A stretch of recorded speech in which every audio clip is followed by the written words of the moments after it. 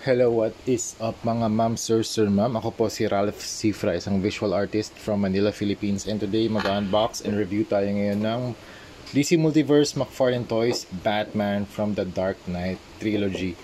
We have Two-Face, Joker, Batman, Bane, and Scarecrow. Okay, ang alam ko na review ko na to si Batman and Joker. Ang di ko pa nare-review si Two-Face, Bane, and Scarecrow. Okay, so let's start with Batman na lang ulit. Review na lang natin ulit sila. Meron silang mga accessories, yung generic circular stand or base pala, ni DC or ni McFarlane Toys. Okay, para makatayo sila. Tapos, sa accessories naman, meron mga extra hand si Bane. Tapos, grappler gun si Batman and some... Doon pa ba yung batarang? Ilan ba yung batarang niya? Dalawa o tatlo? Tatlong batarang ito. Daming batarang. Okay, overall build very nice. Walang loose joints and grabe ang ganda ng gawa ni McFarlane Toys dito sa set na to. Yung likeness ni Christian Bale, kuha nila yung sharpness ng cowl, the pointed nose, the ears, the armor panels yung armor panels niya dito, yung color niya para siyang dark gray. Yung logo niya dark gray din. Hindi ko alam kung ganito talaga sa movie. Pero yun nga, belt niya is gold.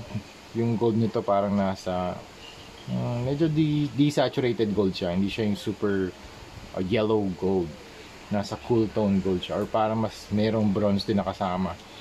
Okay, iba't ibang different tuloy. Iba't ibang types of armor panels na magkaka-interlaced para magawa yung Batman suit. Tapos you have the rubber cape sa likod. Ito yung kanyang appearance. Ganda ng buckle din sa likod. Okay, ito rin meron din siyang buckle dito. Yung parang connection lang dun sa belt. Very nice parts. Tapos meron din siyang mga gauntlets dito. Yung gauntlets niya, meron siyang 6 na blades instead of 3. So usually 3 blades lang yung nasa gauntlet niya eh. Okay. Next, we have Joker. Yung accessory niya dito, kinuha ko lang from the money stack accessory. Meron kasi nakahiwalay dito eh. So, ginupit ko lang siya. And then, pinahawak ko sa kanya yung stack of bills.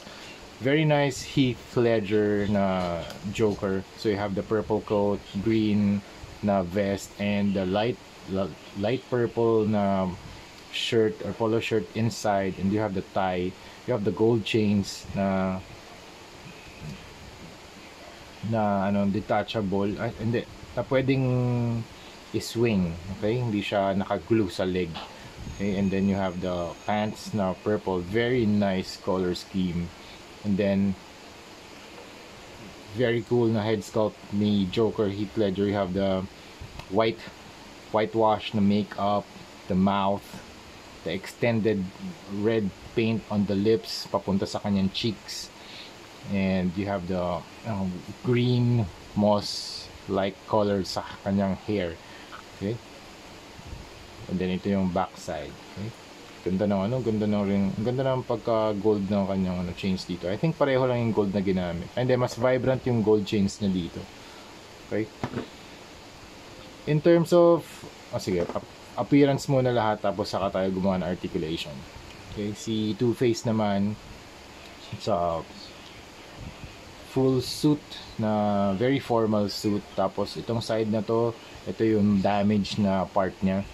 And then this one is the human or not damaged ng part. Actually, yung meron ba siyang accessory? Hindi ko sure kung meron siyang accessory. Baka coin lang. Baka ganito lang talaga yung kamay niya. Sana meron pang mga alt hands na in-offer si McFarlane Toys. Okay? Kasi nandito na yung sculpt eh. Kaya na nilang gumawa ng mga extra parts. Okay, you have the sculpt of the head. Very nice. Battle damaged head. Scorched na skin. Wala ng outer skin. Burnt na lahat. And then you have the burnt na design dito sa kanyang clothes. Tapos you have the belt, the pants, black pants, gray na coat or suit. Tapos white, ganda ng texture ng kanyang suit dito. You have that tie na merong diagonals na dark red. Ang base color niya red. Okay, ganda rin naman yung face sculpt niya. Very nice Harvey Dent na head sculpt. Then you have the hair, brown hair na medyo meron pang bangs dito sa na nag-extend sa kanyang eyebrows. Okay, you have the leather shoes too. Ganda rin yung leather shoes ni ano rito, Joker. Color brown naman. And then we have Bane, and then last na yan. You have Scarecrow, very nice texture on the suit or clothes ni Scarecrow. Parang siyang straight jacket type of clothing na nag-apply sila ng wash kasi sa McFarlane Toys super ganda ng ng texture na ginagawa nila. So ang ganda ng effect ng wash and dry brush. Tapos sa loob meron din siyang suit na dark blue or dark Prussian blue.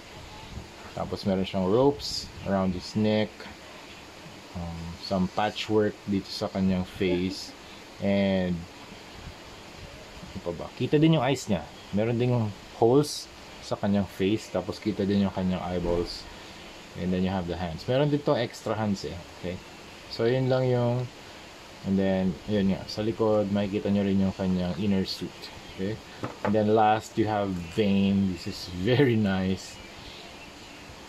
You have the military style na pants and the top na bulletproof vest. Very cool. Very army looking design. And then you have the headpiece na meron siyang mouthpiece na gray and silver. Tapos meron din siyang gauntlets. You have the straps, dark brown. Ito naman para siyang camo brown. Yung pants niya military style design. You have pockets, knee pads, mga straps. Yung kanyang boots military grade din. Okay? And then yung skin tone mas nasa light shade na color. Okay?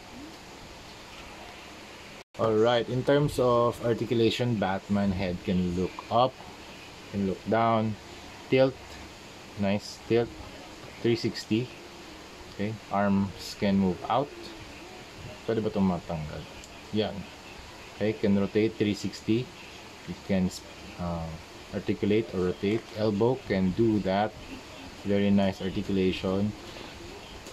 Ab crunch, ab stretch, twist. Okay, 360. Pwede. You have cut here sa upper part. You have cut here sa lower part. And then sa legs, kick that far. Bend that far. You have the toe articulation, and you can also do this. Meron din siyang rotation or sa kanyang toes, or toe articulation and then foot articulation. Okay, ankle pala, ankle articulation. Okay. Mag-ingat lang kayo rito kasi minsan ito pag madalas kayo naka-post ng ganyan, merong chance na itong part na to, yung sa crotch part, mag-i-stay siya, magkakaroon siya ng gap. Okay? Magkakaroon siya ng gap dyan. So kung gusto nyo ma-fix yan, kuha na lang kayo ng heater and then iset nyo siya. So pag nag-apply kayo ng heater, lalambot yung plastic and then iset nyo siya using a stick. Ayan. Para mag-stay yung plastic dun sa position niya. So ganun lang yung ginagawa kong mga fix sa mga plastics na nade-deform. So you can do hot water treatments or hot air. Okay. So that's it mga ma'am sir, yun ang ating review sa ating McFarlane Toys na The Dark Knight Trilogy set. This is a very nice set. Again, we have Batman, Joker, Two-Face, Bane. This is the CTB or collect to build na action figure. And then you also have Scarecrow. So that's it. Thank you very much for watching and see you sa next video. Yung next na video na gagawin natin dito ay custom repaint natin sila. Okay, let's add some weathering effects sa mga surfaces ng action figures natin. Thank you very much for watching and see you sa next video. Bye bye.